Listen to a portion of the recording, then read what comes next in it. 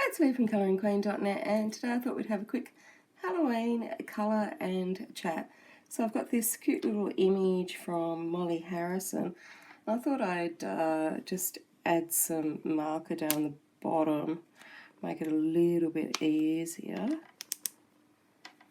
I don't know why I've left the Halloween colouring until the actual day of Halloween. Is anyone else like me and decided at the last minute to do a Halloween picture? Because I've definitely had enough time to do a Halloween picture. I don't know, I wasn't feeling it for some reason, but definitely had enough time, so I can't blame that. But I don't know where the year goes, honestly. It just seems like a few minutes ago it was February and now it's nearly November. And David's birthday is on Sunday and I still haven't got him anything. So running really late and behind schedule there.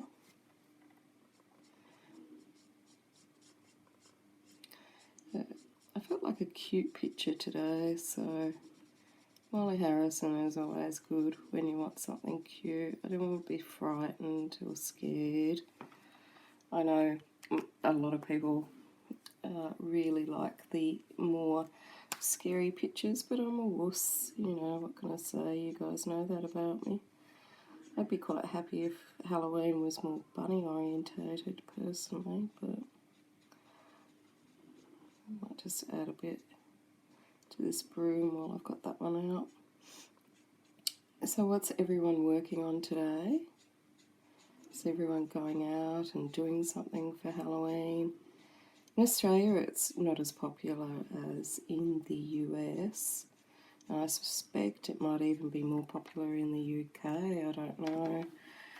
But here a lot of people don't really do anything for Halloween. It's not a huge event like it is overseas. The kids will do something at school probably, but yeah, it's not huge here. And where we're living, there's only a couple of houses that have got decorations up. They've got some cobwebs out the front with some creepy spiders, etc. But only a couple of houses in the street have that. We've got cobwebs and spiders up the front, but that's just bad housekeeping on my part. It's not actually a Halloween decoration. I think they're probably the same cobwebs from last year, to be honest. So last year I bought things and the kids didn't come around, so I don't know whether I should make a last-ditch effort and run up to the shops and buy something in case the kids do visit this year, or if I should just leave it. I don't know. I'll have to make a decision at some stage, I guess. I thought we'd go mauve for this. I'll come over it with purple and darken it up, but because I've left my run so late, I didn't think I'd have time to do all of this in pencil. I'm so slow with pencils. I am unbelievably slow. It takes me all day sometimes just to do something, and even then, you know, often I throw it away or put it in the do not touch drawer. I might actually give her purple hair as well. Or is that too much purple? Maybe a purple hat. Yeah, I should have thought this through a bit earlier before I just pulled out the markers and went for it. So give that time to dry and then I'll come back over it with pencils. Yeah, so everyone has been doing a lot of Halloween colouring. I'm seeing so many beautiful pictures, it's amazing. And then there was that colourathon the other day. So many people involved in it.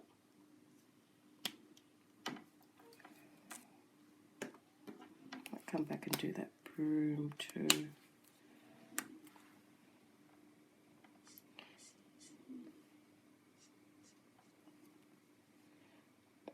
actually, what would they would do here?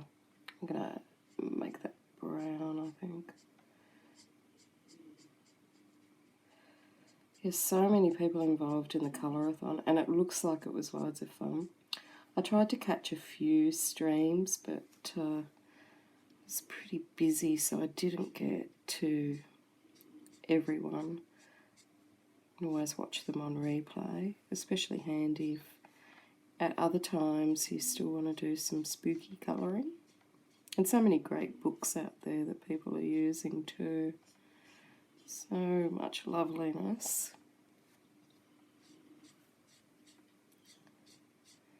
So I've been busy. I don't know really what I do all day, to be honest, but I have been busy. And whatever I do, it takes up all day. I don't know where the time goes. A few weeks ago, David's brother came to visit us, which was absolutely lovely. It's the first person that's come to see us in Brisbane. And it was his birthday, so we took him out on the water and had a really nice meal there and looking out over the bay. So it was actually a really lovely day. And it was just so nice to have a visitor, honestly. It was just really, really nice. And so, yeah, we went into Brisbane, which was the first time I've been to Brisbane since we've moved here, because we wanted to see some things, and his brother had already lived in Brisbane many years ago, so he wanted to see the changes, so that was really nice. This is not giving out a lot of colour. I might change that one.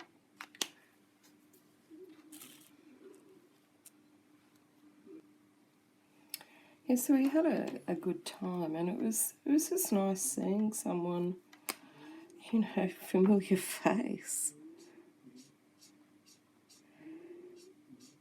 And on the weekend, we went over to one of the suburbs not far away from us, and we had a picnic on the water. So for those of you in the Brisbane area, we went to Sandgate, and that was really nice. There were a lot of people out. It was a beautiful weekend. And we got a pizza from the local pizza shop, and we sat down on the water eating it, and it was really, really nice. Took Charlie for a walk, he was as happy as a little pig in mud, going for a walk along the beach, and he had a great time. And I think we took him to Bunnings afterwards, which is the hardware shop, and he loves that. He gets a lot of attention at our local Bunnings. Everyone wants to pet him and tell him he's cute, which of course he is, and yeah, so he had a good time. I had a good time. Got out of the house and got away from the four walls. I hope that's going to look okay when I go over it. And so it was just, yeah, all up, it was just a really nice day. Then on the way back, we went through what do you call it? It was like a reserve or something or other. And there were just two kangaroos just sitting there in the suburbs, just sitting there on the street, which is just amazing. David said when he was driving to work the other day that up where all the shops are and everything, they're just two kangaroos jumping along the street. Like, because Australians always laugh when, you know, tourists think that there's kangaroos everywhere, because in reality they're not, you know, unless you're on farmland and things like that. But in the suburbs, you know, it's really unusual usually to see them, but Brisbane's quite different because there's a lot of bushland, and I think there's a lot of kangaroos that have been misplaced because of development in the area. They've, you know, got not as many corridors or conservation areas where they can go. So this is not the first time since we've been here that we've actually seen kangaroos in a suburban setting. We went to, this time last year actually, we went to the shops and bought a barbecue, and just in the car park there was like 3 kangaroos just sitting there. And then last time when I went to IKEA, there was a snake sitting on the steps. So it's just like critters everywhere, which wasn't what it was like in Sydney. It's a complete different up here. But when we were at Sandgate, we were having a coffee by the lake there before we went down to the beach. And, you know, I love my coffee, so I was enjoying that. I noticed in the little lakey thing that they've got there that there were these turtles, and there's like 2 turtles just poking up. And then when I was looking, it was like someone blew a whistle, and all these turtles started swarming from everywhere. It was just unbelievable. So in the end, while we were watching, it turned out that there was 14 turtles that came over and were just all congregating in this one space in front of us. It was like someone had blown a whistle or something and said, go over to those people and make their day, and, you know, stand in front of them and make their day, and I think this is pretty exciting, come back and see you again. It's like they all got the memo at the one time.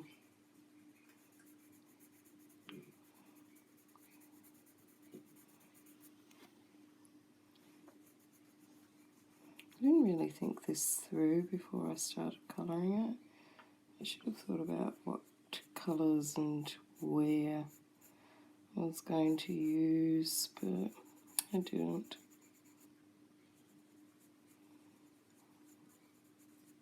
Yeah, so 14 turtles all at once, and then as we were leaving, there were 2 sitting on a log with 2 ducks nearby, and that was so cute. It was like they were all sharing the space. It was very, very cute.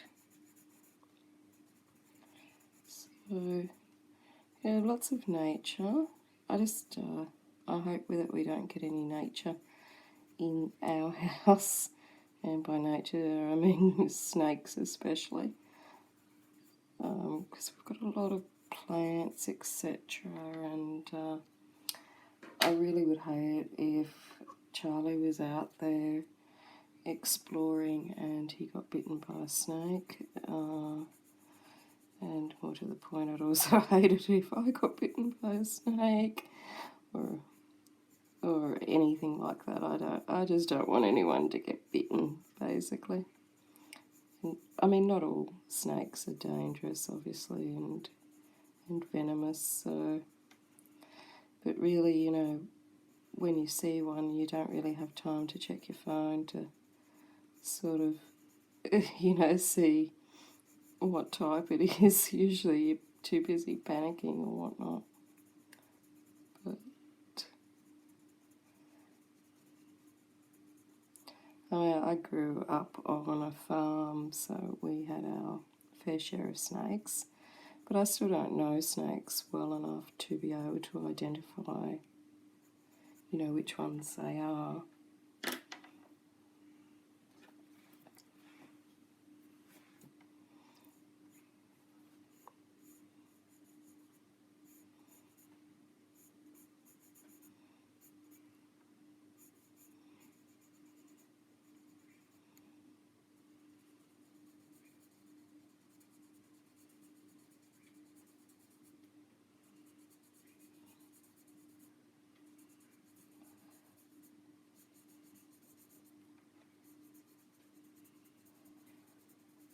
So I got this little Molly Harrison one as a PDF from her Etsy store, and I'm really loving my PDFs, you know, for a lot of reasons. one of which is that I've got no room for anything, and having it stored on the computer is a lot easier to increase storage by buying a bigger hard drive than it is to make a bigger room in your house to fit things in. So there's that aspect of it, but also you can experiment and see what you like and what you don't like, or what colours or what mediums, and print it out on different paper. So I'm just using cheap photocopy paper here today, but I wouldn't mind doing this in markers on proper marker paper rather than the cheap stuff. You get a better blend and you can do more stuff if you use proper marker paper. It doesn't absorb the way cheap paper does. But we're just going cheap and cheerful today.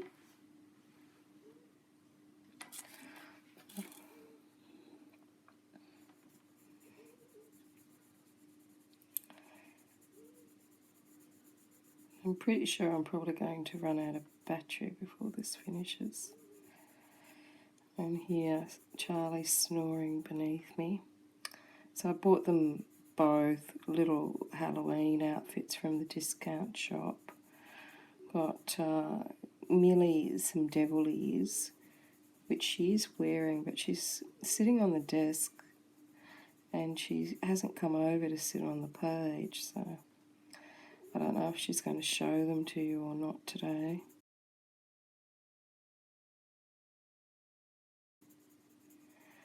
But yes, she's got her little devil ears. I did want to get her a witch's hat, a little purple one that I seen, but I sent it online and it wouldn't have got here if I'd ordered it in time for Halloween, so maybe next year.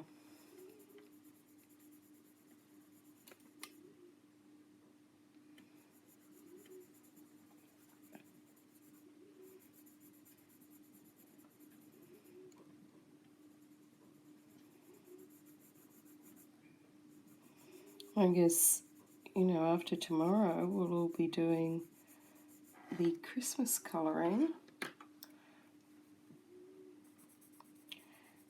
So it's good that it's all seasonal. I'll tell you what, it's so humid here today. I've got the fan on low, but I'm still sweating because it's so hot. I wish we were doing winter colouring because I feel like it might cool me down a bit. Can't have everything. Just add some more purple to that.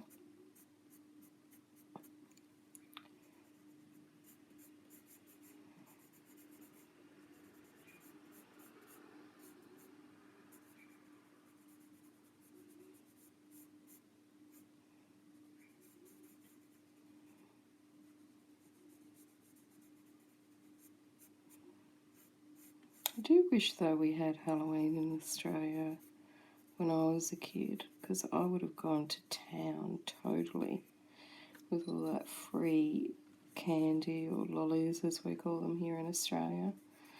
I would have been just trying to get as much as possible. So I love lollies or candy or chocolates, or I love sweet things. But I found as I've gotten older I don't like too sweet, but when I was younger I would have gone for all of the lollies and all of the chocolates. But now as I'm getting a bit older I find that some is just too sweet for me, like Lindt chocolate I find way too sweet. I can't eat that. Well, I can eat it, and nothing's going to stop me, but it's just not as enjoyable for me. I guess it is one way of slowing down the eating.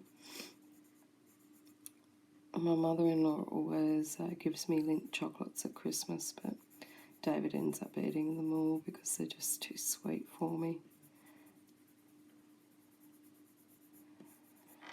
I find some, gummy lollies and stuff that I used to really like are now just too sweet as well.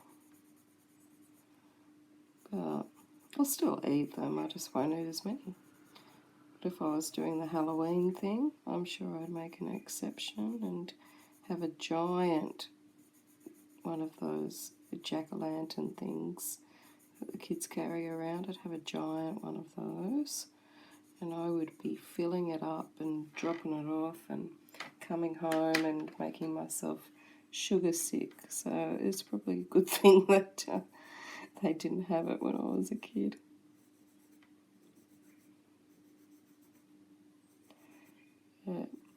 I seen on one of my friends' Facebook that they said that there should be an adult Halloween where you get margaritas and tacos, which I think that's a pretty good idea, but I'd also need a dessert, so, if they gave out like a creme caramel or a layered carrot cake or layered chocolate cake or, just really anything.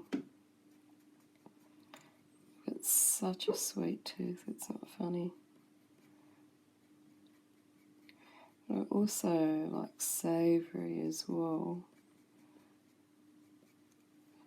So I'd be really into the adult Halloween. I think they should make that a thing. But does anyone already do that? And I'm just behind the times and don't know.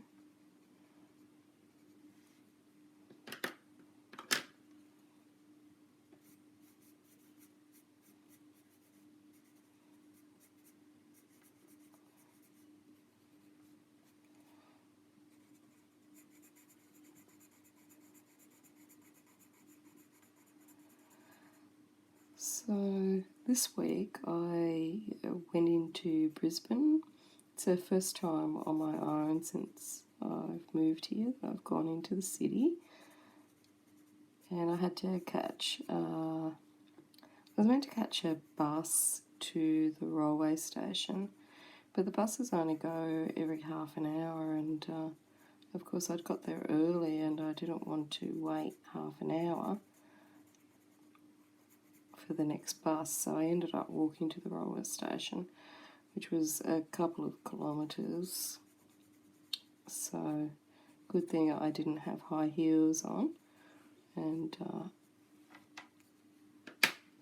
I had my walking shoes on. So I walked down there to the railway station, and it's actually quite modern. They're doing it up, and because I haven't caught public transport here in Brisbane, I was wondering if it would be as good as Sydney, where I'm from, which is a far bigger city, and it's certainly as good, and I actually think it's probably better. The trains are far nicer, they're more modern, and the one that I was on actually had a toilet on it, which I thought was weird because usually we only have those on trains for long distances, So I thought that was odd, but how good is that? Well, I thought it was pretty good because I've been stuck on trains before where, you wait like 60 minutes or whatnot, and I've got a bladder the size of an almond, so I think that was good. I didn't notice it though until I'd already just about to leave. And so the trains were really nice and they were quiet, and they didn't emit a lot of pollution, which is what I was concerned about because I have a thing where any sort of pollution really affects me, and will give me an asthma attack, basically. So I've been dreading going into the city because I felt worried about that. I don't like having asthma attacks in front of a pile of people. But, so that was good. The train was good. And then I had to catch 2 buses to get where I was going. And that was a problem because the bus interchange system, that was a lot more polluted and whatnot. So I did have a little small asthma attack, but luckily I had my Ventolin at the ready, and that was fine.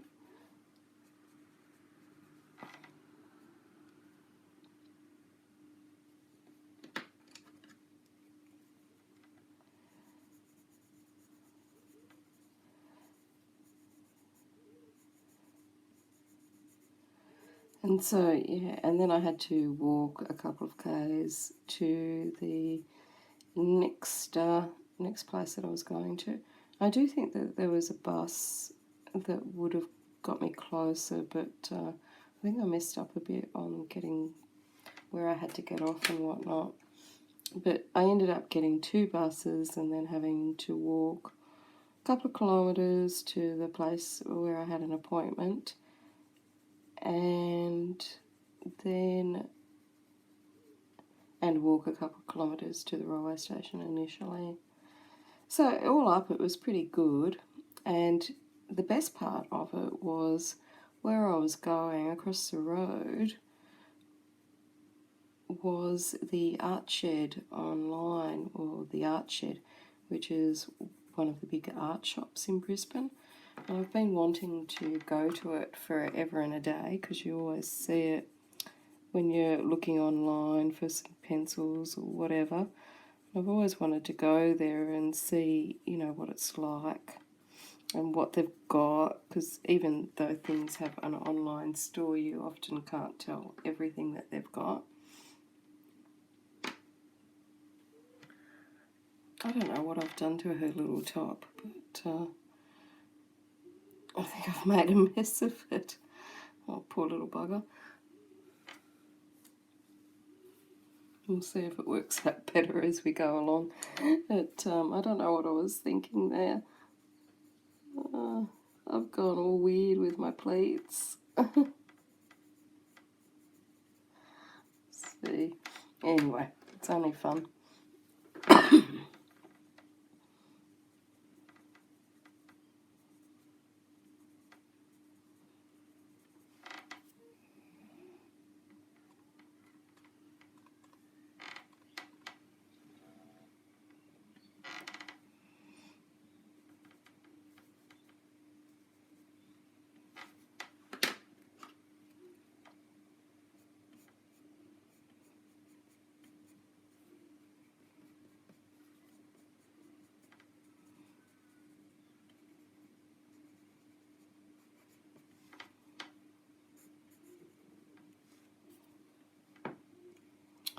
Yeah, so I was so excited to go to the Art Shed, and you know what happens when you go somewhere?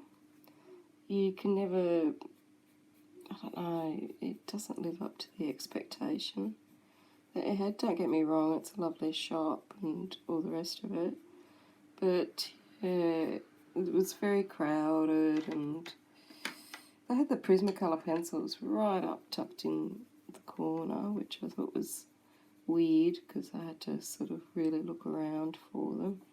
Thought they would have been a bit more popular, but clearly not.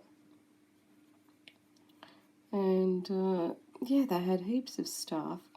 A lot of the stuff they had was a cheaper art brand and not the sort of primo stuff, which was good. It was nice to see what they've got. They had lots of colouring canvases and things like that, and they were on special, which I was half tempted to get one because they were only $5, but I still have the one from Joanna Basford's Owl, and I still haven't coloured that, so I really don't think I need yet another one to not colour.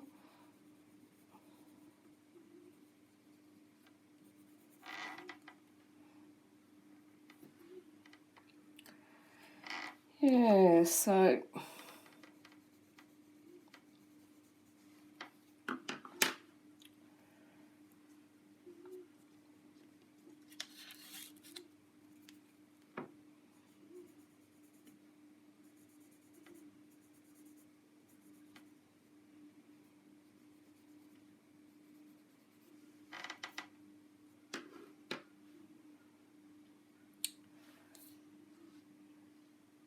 I ended up, all I bought was just a few Prismacolor pencils and just some replacements, and that was pretty well it. I didn't buy anything else. I looked at some things, but I really don't need anything. And so I thought, no, I just won't buy anything. So all those hopes I had of, spending hours there and coming out with all sorts, it was just like, no, I don't really need anything, and really, need to be super careful with money and whatnot. So I just bought 4 replacement Prismacolor pencils, and yeah, that was it. So a bit hard to believe, but true. And yeah, and then I walked back through the city and whatnot, and along the river of Brisbane. And I was going to stop and have lunch, and I really wish I did, but it's the first time that I've left Millie and Charlie completely on their own. And I know Millie wouldn't care less because, she's a cat, she'll do whatever she wants. But I've never left him alone for that period of time, so I was worried that she might bully Charlie in my absence, because that's what she does. And I thought I better get home. So I had a vending machine lunch, which was just revolting. And it was so expensive, and I don't mean lunch, it was really just a snack. So I just got some cheese and onion chips and ate them. And then it turned out my train was delayed for 45 minutes, so I could have gone and sat in a nice cafe on the river and had a beautiful coffee and, really made a day of it and enjoyed it if I'd known the train was going to be late. But, those things happen. So, yeah, all up I can see, why so many people drive from the area where I'm living in Brisbane into the city, because the trains and the buses aren't overly reliable, and they also don't, come that often. Like half an hour is not quite, what I'm used to. But the thing is, I've been totally spoilt, which makes me realise yesterday how spoiled I was, because I lived in the inner city of Sydney, and I'd walk a block up the road and there was a coffee shop. Around the corner there was a pub. 2 blocks up the road there was all of the village shops. And if I walked, 2 blocks either one way or the other way, then I could catch public transport. I could catch a bus or a tram if I wanted to and go into the city or wherever I wanted to go.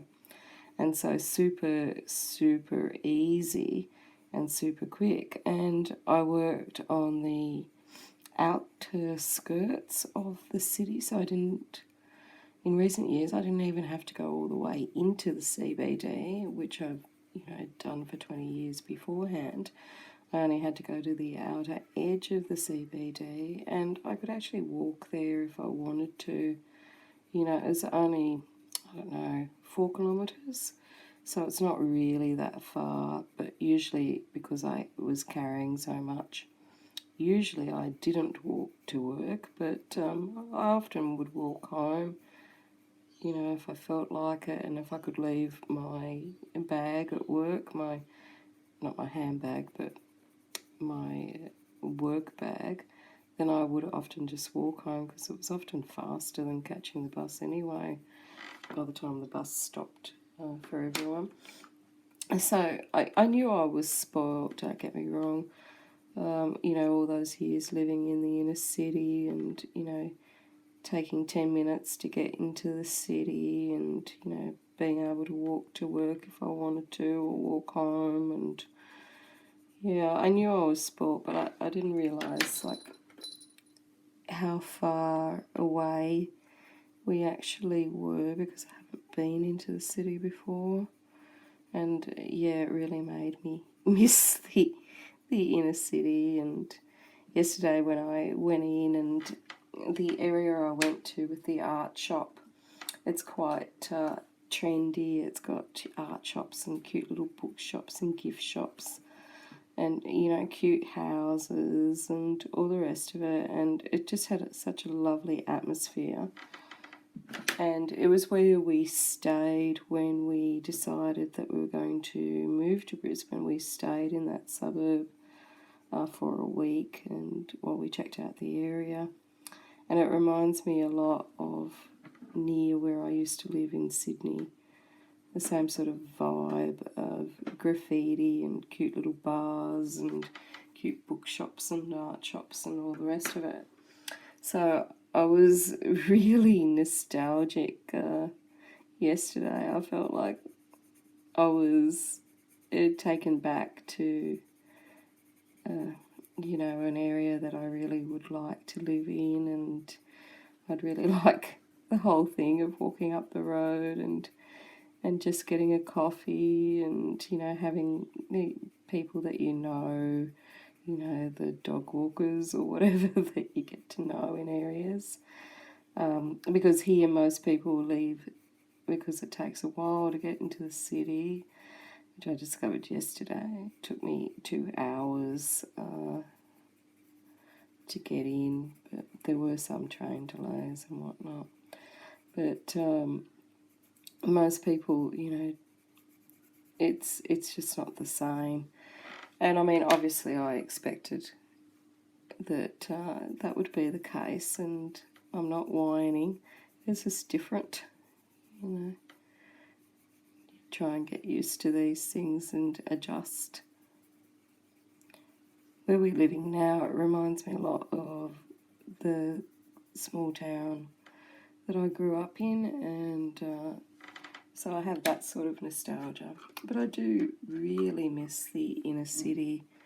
I miss the coffee shops, and I miss the quirky shops, and I miss the closeness to the city. If you want to buy something, or if you want to go to Kanokanua, the Japanese bookshop that I'm quite fond of, it's not far to go, and I miss all of those things. But, I was lucky enough to have it for, 20 odd years, so I guess I can't complain. And it was so much easier to get to work and all the rest of it, so I guess I, had it at the important time, and, I'm trying to make the most of it here. I'll adjust, I guess. It's just difficult, especially when you go somewhere and it reminds you of home, and, well, not home anymore, but it reminds you of the different sort of lifestyle that you used to lead. But I will adjust to this. I'm just finding it a little bit difficult sometimes, but that's because I was totally spoilt, I think, by being able to live and work so close. But on the positive side, I would never have been able to have the garden that I've got if we were in the inner city, because everything I ever grew in Sydney, which wasn't much because I've always had a black thumb, I've even asked the plants to talk to themselves, and they've even just decided not to But here, for some reason, when I plant things, they actually grow, which is just fantastic. I couldn't even grow jasmine in Sydney. Everything I grew would just die. I don't know if I overloved them or what it was, but anyway. So here, everything I touch just, well, most of it, there have been some failures, but everything seems to grow, and it's so nice looking at it and looking at your plants. Like the other night, I made a beetroot feta and walnut salad with some steak, etc. on it. And the beetroot was from my garden. They were my little beetroots that I'd grown and not so lovingly pulled out, but, you know, so that was really nice. Being able to actually, you know, grow your own food.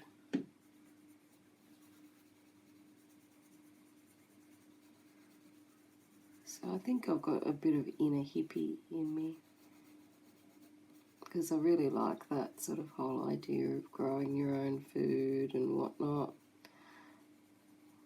I don't know that I grow potatoes. It's too much hard work digging them up and scrubbing them up.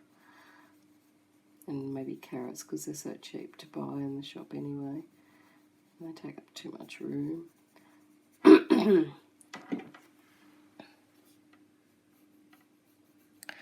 to have to give you a spin.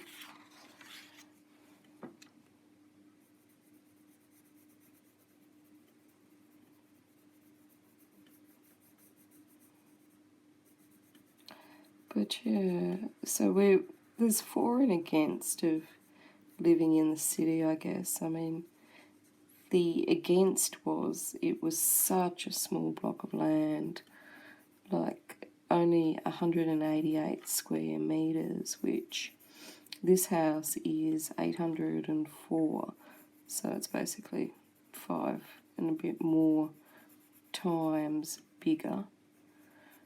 And when you've got small blocks of land, you've only got a really small house. So our house frontage was less than 3 metres, seriously. So like a little doll's house. And of course you've got hardly any backyard, so you can't really have a veggie patch or anything that I've got now.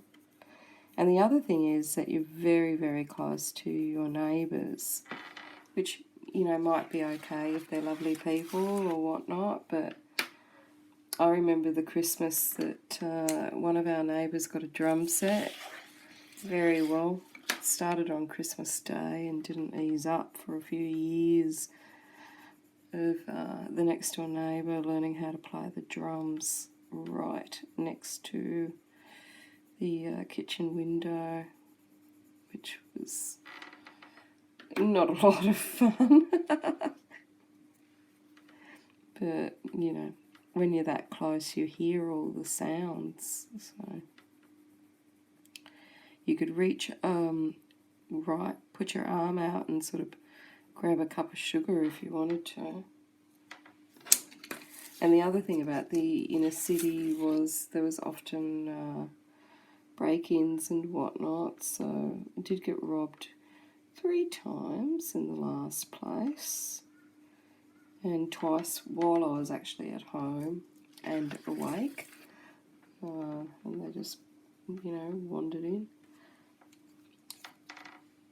And in the place that I lived before that, lived on the 3rd story, and was broken into one night.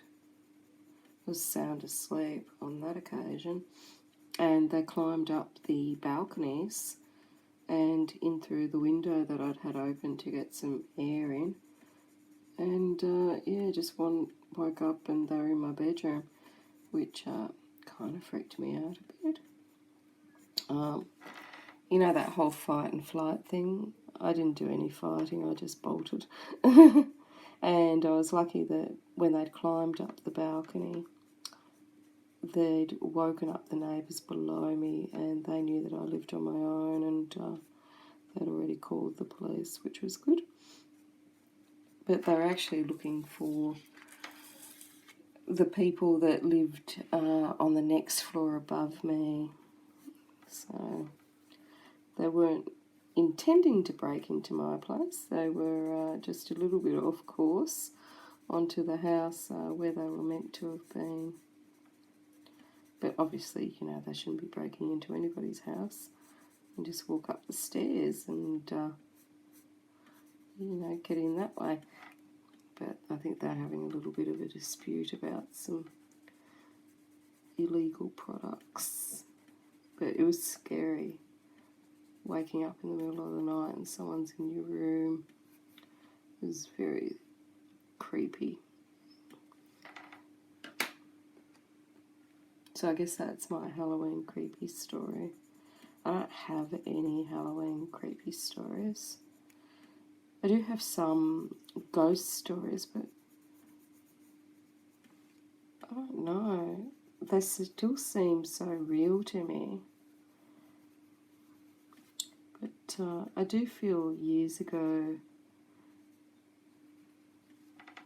I lived in a building above a shop, and I always felt like there was something there. I can't explain it.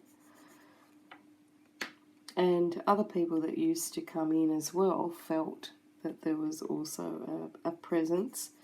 And when you went to the steps to the basement, you always felt not so much a cold air, but you felt that there was something different. And of course, there logically is going to be a different feeling of air in a windowless environment, but it was just creepy. And anyway, so there was someone that had killed themselves in the basement area, and a lot of people used to say that they felt a presence, but I felt that there was something wrong. But it wasn't until one night and I was in bed, sound asleep, and it seems like 2 o'clock in the morning is the magic witching hour for me. But I felt that there was someone in the room. And, you know, on this occasion, I feel like that would have been pretty difficult because it was like an attic room. So you would have had to climb up the roof in order to get into the room, and that would be pretty hard considering the layout of the property. That wasn't an easy thing to do. You'd have to climb over a roof at the back of the property and then, you know, all the rest of it. Plus it was also on a main street in the sort of party district of Sydney, so it'd be unlikely that no one would notice you doing that. So yeah, anyway, I woke up and there looked to me, and I swear to God, like there was this elderly man in my bedroom, and you know, he had sort of white hair and a ruddy face and sort of like a bit of a grey stubble on him, and he was just standing there in my room. And I can remember saying, "Who are you and what do you want?" And I can't remember if he said anything or whatnot, because I was just down those stairs and out the door. And I can't even remember, you know, how I got the keys or anything like that, but I left without my wallet or purse or whatever, left without any money, and I was wearing a t-shirt. I was in bed and I just had one of those long t-shirts on. And anyway, I flagged down a cab and got them to take me to a boyfriend's place and got him to pay the cab driver. But in the meantime, it was taxi changeover time, and he'd pulled up at the service centre thing, and while he's refueling and checking his car and all the rest of it, I was sitting on the gutter there in this t-shirt, feeling totally humiliated by, 3 o'clock in the morning or whatever, just terrified to go back. I don't know what it was that terrified me, like the thing in my room or I have no idea, but I was terrified to go back.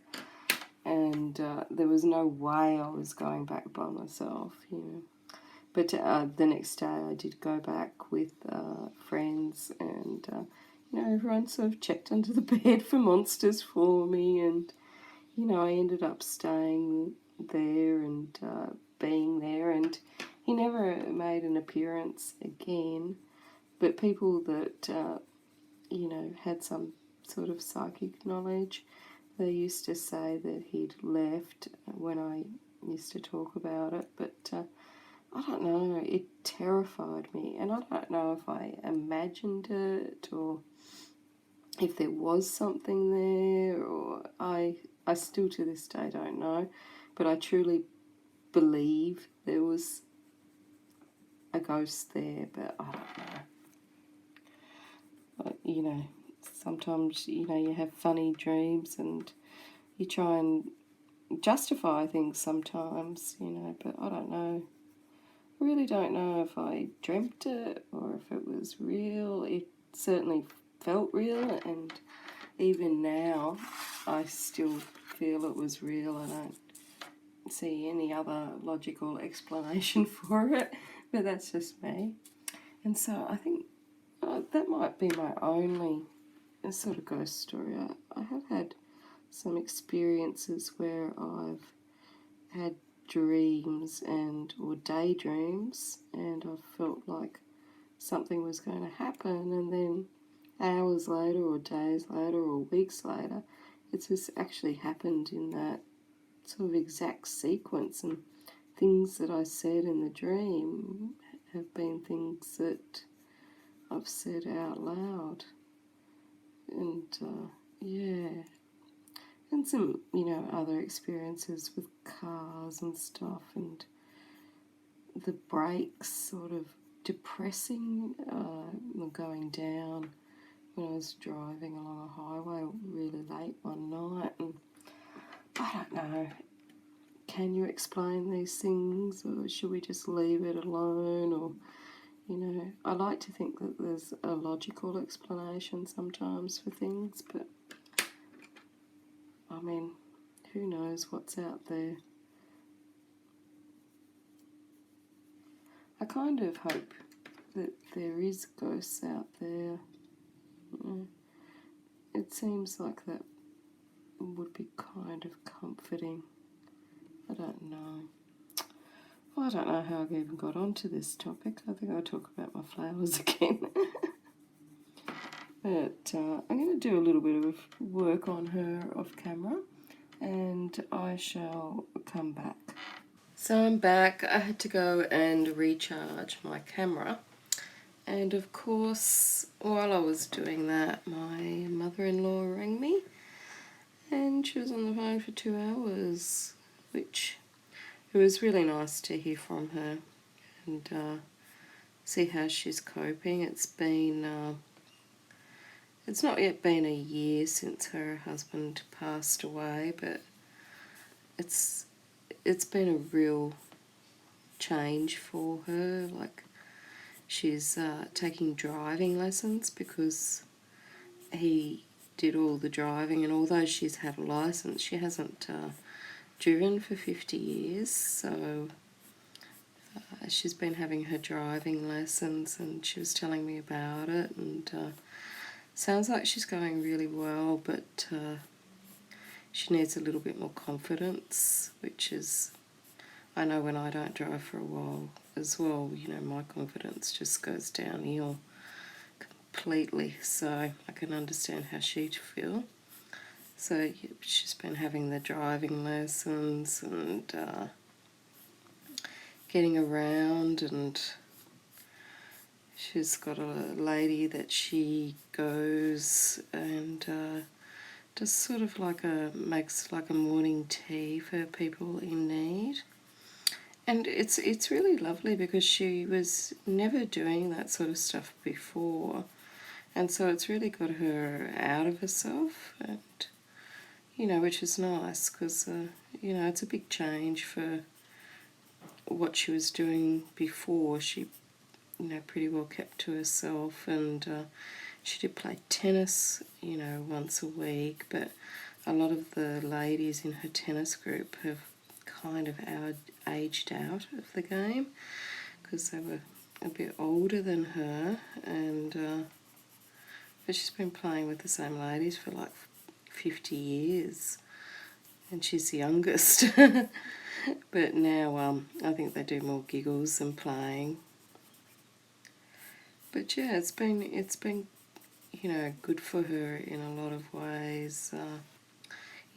Discovering who she is, because she basically just went from living with her mother to pregnant and being a mother to David. He's the eldest, and then he's got two brothers. They're 6 years apart, so she's raised all her kids, and yeah, so now she's learning who she is, I guess.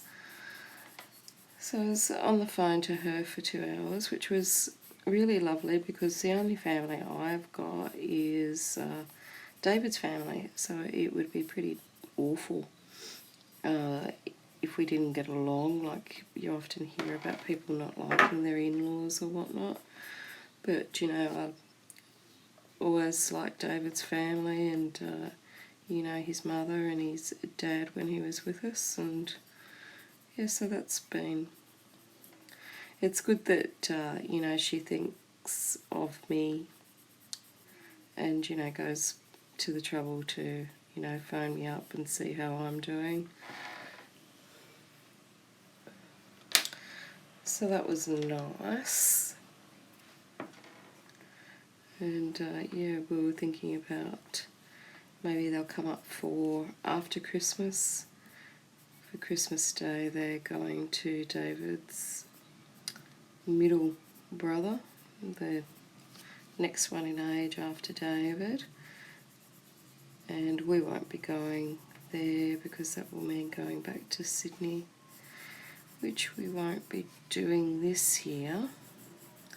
But what we were talking about today was after they finish there, that they might just jump on a plane and come here for a week, which would be good because I know David really would have liked his dad to see the house, and because it's the first house David's owned. It's not for me, but it is for him, and I think he would have liked to have his dad's seal of approval and whatnot, and show him the things that he's done, and all of that sort of stuff. Plus it's a really good area for fishing up here, which David's dad would have enjoyed, but some things aren't meant to be. And David's mum's background is Irish, and so she's got like red hair, and we don't want her out in the sun, she'll frazzle. So no fishing for her, and she doesn't like fishing anyway, and being in the sun. So it would have been nice for his dad, but he never got to see it. So thinking about coming up here Christmas night, like flying straight up from Sydney, and then yeah, staying here for a week or so. So that will be good. Only thing is I don't have anything sort of planned, or I don't have we've got a downstairs area that I wanted to make into like a little granny flat type thing, but with the last year of everything going wrong type thing, that hasn't happened. So I'm gonna try and you know, make an effort to get downstairs done. It's like a little granny flat type thing, you know, before they turn up. So I haven't got long. And what I need to do is get a bathroom. I've got the frame done for it. So I just need it to be tiled, all the plumbing done and whatnot. And I've had it termite proofed and all that razzmatazzy. So it's just, yeah, put the wall stuff on and get it waterproofed, and then tiled, get all the plumbing stuff put in, and yeah, away we go. And I've also got some cupboards for a little kitchenette down there, so they're those flat pack things, so I guess I'll have to put those together. I've put together some of them, but I haven't put together all of them. And yeah, then David and I are going to put the plaster on the walls. He's going to help me lift the gyprock up, or in the US I think you call it drywall, because the sheets are quite heavy. I can't lift them on my own. Well, I can lift them, but they're too heavy. So he's going to help me lift them up, and then I'll do all the plastering on it. So I actually like plastering, and I'm quite neat at it. And to be honest, my plastering that I did here is far better than the plasterer that we got to do work and then David redid it. So I'm not bragging, honestly. It really is better. Honestly, I've done it before. So we're going to do that, and I've been, we've still got to paint the outside of the house, so I started to paint the bricks, and there's not much bricks, it's just like a weird feature that they must have done in the 70s for these style of houses. Anyway, I started to paint it, but it looked horrid because the joints weren't flush to the wall. So I decided that I would render it all. So I've been rendering the front, and that's probably why my nails are a bit of a mess, sorry. So I don't do it all at once because it's really hot, and it's 2 stories, so I have to get up on the scaffold to do it. So I do a little bit each day type thing, or for a few hours until it's too hot, and then I come down from there. But I love the rendering, and I've got this like whole new technique now that I'm doing. So I rendered previously in our house in Sydney. I basically just looked up on YouTube, you know, because that's where you find out everything on how to do render. Because I got some quotes and they were super expensive, and I thought, how hard can it be, seriously? And so I looked up a few videos on YouTube, and I, you know, copied basically them, as you do on YouTube, and so that worked out really well. But now, since we've been here, it's been a few years since I've rendered, and I feel like, you know, my technique was lacking a little bit. I was spilling a lot of render.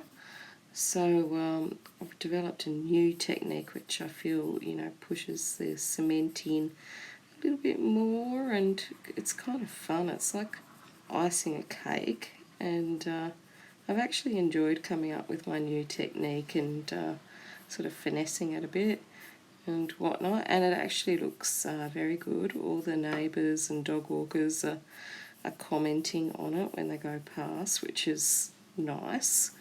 It's sort of kind of reassuring that you're on the right track.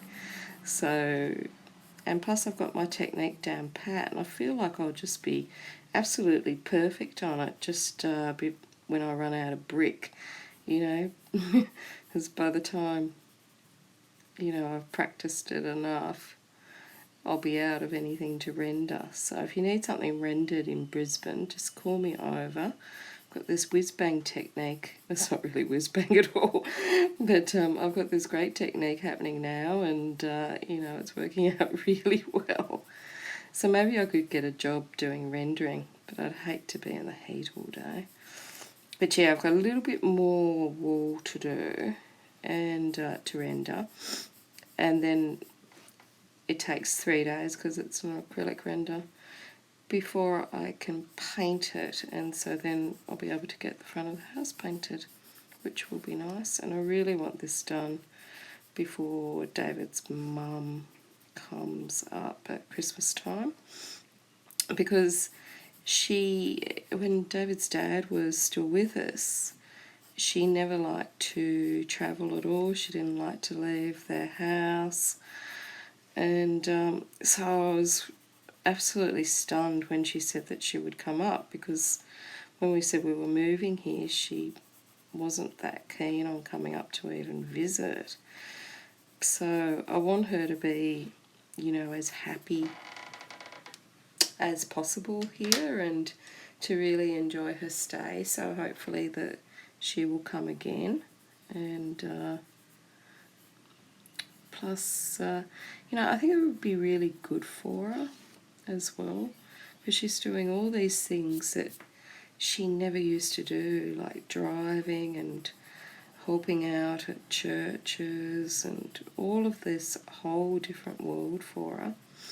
And before she was married, David's mum was an artist, and she basically, I mean, it wasn't like it was her full-time job, but it was something that she was extremely good at.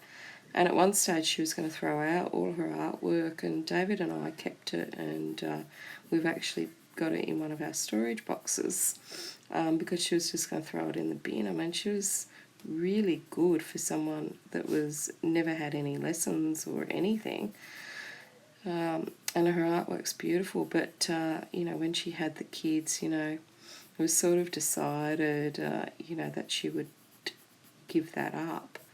And I've bought her pencils and colouring books and stuff over the years, and she has, you know, coloured in some of them, but, you know, not like before. And when she did her own art, and she was saying that she felt like that she had to give up the artwork, that it wasn't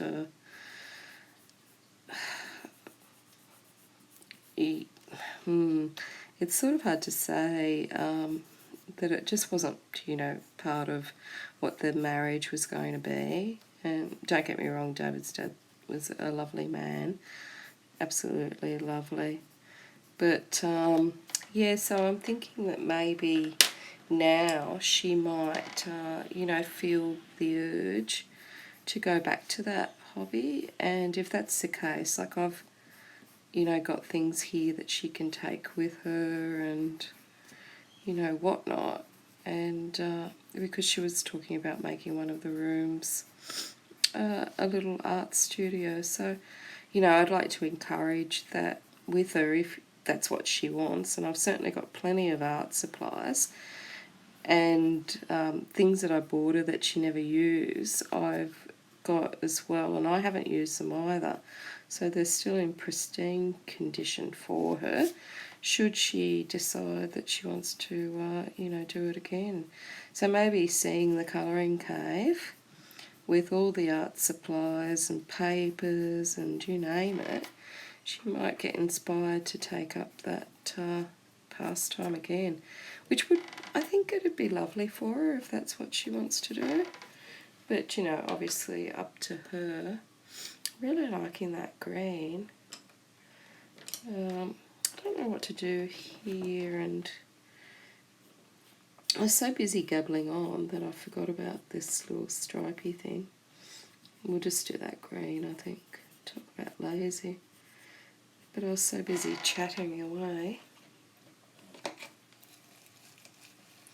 I've got to say, I was so grateful that she rang, because I feel like I'm going mad here sometimes, because I've got, you know, no friends in Brisbane and no one to talk to locally or anything. and during the day.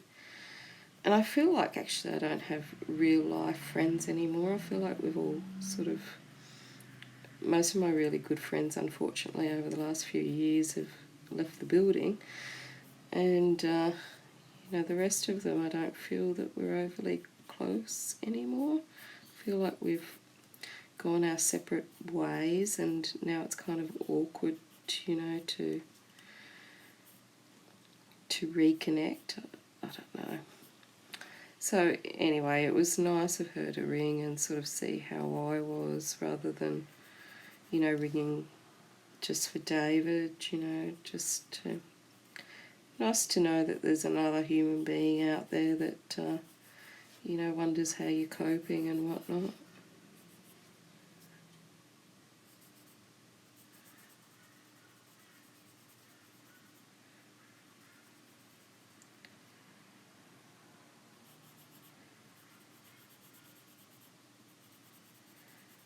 Yeah. So I think, I don't know, we might do this with like a little yellow tinge on it. No. I feel like the green is okay. I really should have thought this through, shouldn't I? I've really got to stop talking to myself. I've started talking to all of my plants lately, which is a bit of a worry, seeing I have so many of them. The conversation can go for hours. I'm not sure what to do with the background, and I'm also not sure about the kitties. I originally wanted them to look like Millie, which Millie is asleep at the moment, so I stuck her little Halloween hat on her so that she could wish you a sleepy, happy Halloween. And Charlie is under the desk and I can't get his little bandana on him, but if I manage to, I'll put it on this video. But yeah, I wanted the cats to be like Millie, which she's grey and white. But then if I do this bit in grey or dark green or whatever, I don't think you'll be able to see the cats. So then I could do them orange, but I really don't know. I'm very confused now. I should have thought this through a little bit more. But anyway, we'll crack on. Yeah, so that was nice little break in the day, speaking to David's mum. And I also grabbed something to eat as well. I don't know where the day goes, seriously. There's little fold things here. Don't know what they are. Very fiddly. I've actually got my glasses on today for a change, because usually I colour stuff and I don't wear my glasses because it's hard to see through the camera screen when I've got them on. But today I popped them on and the whole world is a lot clearer. I actually think I need to get another prescription and get a stronger pair. It's funny, I feel like I had a birthday one year and I woke up and my wonderful vision that I'd had forever and a day had just kind of disappeared overnight. I feel like it was that sudden, but I guess it's just old age catching up. Which reminds me David's birthday is on Sunday, and I really have no idea.